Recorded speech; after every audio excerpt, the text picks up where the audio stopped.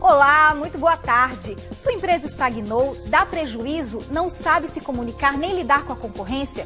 Talvez seja a hora de contratar um consultor. O Paraíba SA de hoje vai te mostrar como é a atuação desse profissional nas empresas e como ele pode ajudar a alavancar o seu negócio. E o programa traz ainda uma reportagem sobre produção de comidas saudáveis, um mercado que não se limita às saladinhas. Os empresários estão cada vez mais criativos para unir sabor e saúde nos produtos. Seja muito bem-vindo ao seu programa de Economia, Mercado e Negócios e Empreendedorismo. O Paraíba SA, o primeiro do ano, começa agora.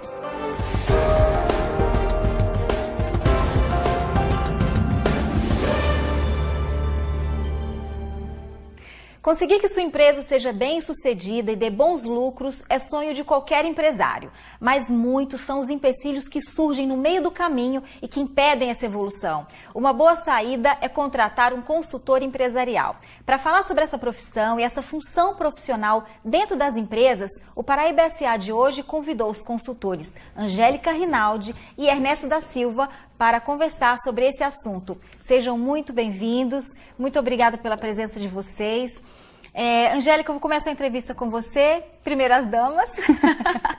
Angélica, toda empresa precisa de um consultor? Boa tarde. Boa tarde, obrigada pela oportunidade de estar aqui compartilhando com vocês. E, André, eu acho que um consultor é como a presença de ter um orientador, alguém que possa estar do lado de fora, olhando de uma forma distanciada, mas se envolvendo com a empresa. Quem que não precisa de alguém desse jeito? Né? Em que momento que na vida da gente, a gente estando bem ou não é importante alguém de fora, distanciado, e dizendo, olha, que tal esse caminho, que tal aquele outro? Vamos experimentar esse outro? Muito bem. O senhor também concorda, seu Ernesto? Boa tarde. Sim, boa tarde. É uma grande satisfação estar aqui com vocês, compartilhando a nossa experiência. Eu é que agradeço. Eu acompanho, né, o raciocínio da colega Rinaldi, que trouxe, né, um bom posicionamento sobre o papel do consultor. Né? Quando as empresas estão necessitando de uma orientação, de alguém que possa dar uma sugestão para aprimorar os processos, é um bom momento para recorrer ao trabalho do consultor, mas não só no momento de dificuldade. Muitas vezes a empresa está querendo potencializar as suas ações, está querendo ampliar a sua área de atuação e nesse momento também é muito bom ter o papel do consultor fazendo um trabalho para auxiliar e sugerir, né, as adaptações que precisam ser feitas para a empresa produzir e crescer mais. E como é que funciona esse trabalho na prática? Fala-se de diagnóstico, olhar de fora, mas como é que isso funciona? Como é que é essa atuação dele? Ele fica na empresa, ele fica de fora? Existe um briefing apenas ou ele acompanha? Como é que funciona a atuação dele na empresa?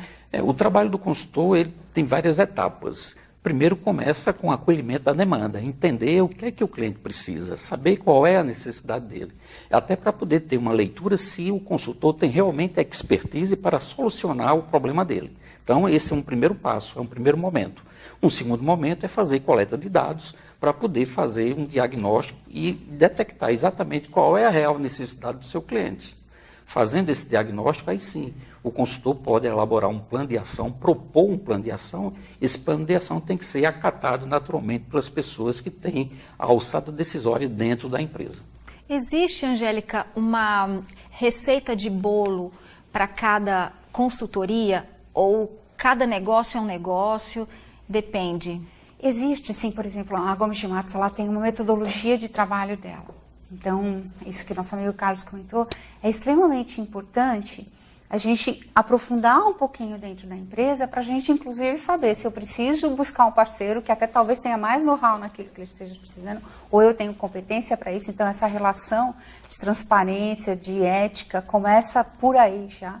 Mas, por outro lado, eu preciso também fazer uma proposta de trabalho. Quer dizer, o empresário... Então, cada consultoria tem a sua metodologia. Mas é interessante que cada uma vai ter uma metodologia, cada cliente vai ter uma necessidade, mas existem algumas práticas padrões. Então, isso que o nosso colega apresentou é extremamente importante. Quer dizer, eu preciso, sim, fazer uma proposta. Eu não posso chegar, olha, é que eu preciso passar 3 meses para me aprofundar e aí depois te apresentar um valor. Não, eu preciso pelo menos saber onde te dói, ou aonde você quer ser melhor do que você já é. Então, isso já é um briefing, isso que você comentou. A gente faz uma proposta, e um pouco assim, acordando que no decorrer desse se aprofundar dentro da empresa, a gente pode, inclusive, perceber, olha, o seu problema não é estoque, o teu problema não é financeiro, é estar com estoque muito alto parado, então muda um pouquinho o foco do projeto. E aí é acordado isso, não, mas eu continuo querendo focar. O empresário, isso é importante, né? O empresário sempre é o piloto do automóvel. Nós vivemos mais como um copiloto, um navegador. Então, essas metodologias, essas práticas são meio comuns. Como isso é feito, como a mensagem é feita, como a proposta é elaborada, como é conduzido o projeto, é que tem uma certa variação. Mas tem uma receitinha de bolo meio básica, que é importante tanto para o consultor quanto para o empresário estabelecerem uma relação mais amigável, mais para ambas as partes. Né? Eu entrevistei um empresário outra vez e ele me disse que contratou uma consultoria para a empresa dele e o consultor disse, meu amigo, o problema é você. E aí, né, questão de gestão, de liderança, eu achei isso muito engraçado, mas a forma com que ele também recebeu isso. Vocês percebem que o empresário tem uma boa receptividade com o consultor dentro das empresas, nas suas experiências?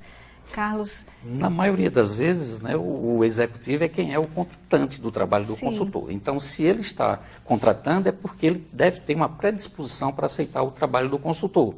Agora, o que acontece às vezes na prática é isso que você falou. Muitas vezes... O consultor não sabe nada, eu que estou vivendo aqui, não tem isso? Às vezes acontece, né? Porque até pouco tempo existia uma certa resistência de alguns executivos em contratar consultores exatamente por isso. Eu estou há 20 anos no mercado, né? Como é que vai chegar alguém que não conhece o meu negócio e vai dizer o que eu devo fazer, né? Ou sugerir o que eu devo fazer.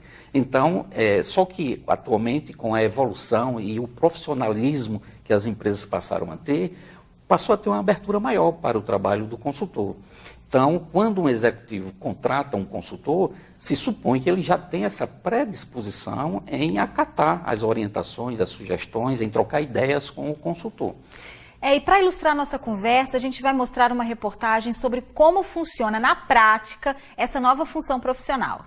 Roberto é como se fosse o médico dos empresários. Ele faz a avaliação da empresa, dá o diagnóstico e a receita para crescimento. Há 5 anos ele trabalha como consultor empresarial.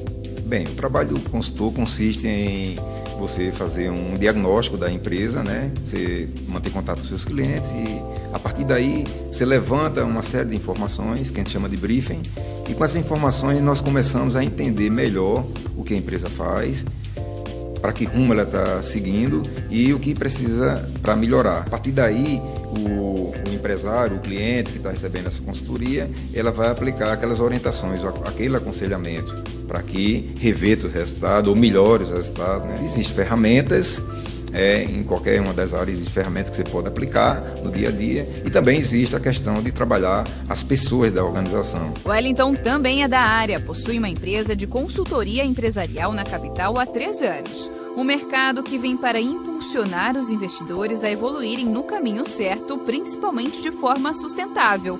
O olhar clínico de quem vem de fora faz toda a diferença. As empresas nos procuram porque elas geralmente têm algum tipo de problema. Então nós entramos na empresa, fazemos primeiramente o diagnóstico empresarial para avaliar quais são essas problemáticas na empresa e aí a gente propõe as soluções que melhor se adequem à realidade delas. Né? Posteriormente a isso, nós fazemos todo um projeto de adequação, de reordenamento desses processos de acordo com a necessidade da empresa, direcionamos os nossos consultores de acordo com a especialidade de cada um. As áreas mais procuradas são realmente as áreas financeiras. Mas não necessariamente, quando a empresa procura você com um problema financeiro, não necessariamente é um problema financeiro. Às vezes a gente detecta que é um problema de pessoal. Por isso, eles precisam se capacitar. Cada consultor é especializado em determinada área, como gestão comercial, PhD em finanças, marketing e departamento pessoal. O aumento do lucro é o principal objetivo dos empresários, mas os consultores destacam um ponto que às vezes é esquecido pelos gestores: o humanismo entre os funcionários. Nós acabamos capacitando dentro das próprias lojas pessoas que são muito dedicadas, pessoas que têm um trabalho significativo, mas que às vezes não são tão aproveitadas. E aí a gente acaba também trabalhando um pouquinho com essa história da capacitação de talentos para poder propor. Né? No caso da Rede Paraíba, todas as lojas tinham equipes maravilhosas, era só uma questão de reordenamento da equipe para que os processos pudessem fluir de forma mais natural. Né? E aí quando você faz isso, você consegue otimizar o processo da empresa e, consequentemente, consequentemente, propor o crescimento. Marcos é um dos clientes de Wellington. Presidente de uma rede de supermercados, há um ano recebe o suporte da consultoria. Os resultados de crescimento já são visíveis, com lucro de até 35% em algumas lojas. E a preocupação com o empregado refletiu diretamente no quadro positivo. Os empresários hoje sabem que a parte humana nas lojas são muito precárias. A gente começou com a parte humana, ouvindo os funcionários, quais eram as dificuldades. Com isso, a gente começou a traçar as metas para ele e também a gente investiu muito na parte de gestão, tanto da mudança do empresário, quanto a mudança dos próprios funcionários em ver a loja com outros olhos. E depois de um ano de consultoria, a empresa pretende manter a parceria. Por isso, reuniões como esta acontecem semanalmente. O objetivo é expandir o negócio. Com certeza, 2017 é um ano que se inicia, a gente acha que vai ser melhor do que 2016. A gente quer a consultoria sim, porque já que a gente trabalhou a parte humana, a gente vai o quê? Ver outros fatores que tem perdas, recebimento. Como o supermercado é muito complexo, por isso que a gente vai ter que continuar para corrigir outros fatores, porque qualquer um fator negativo acaba atrapalhando em toda a movimentação da empresa.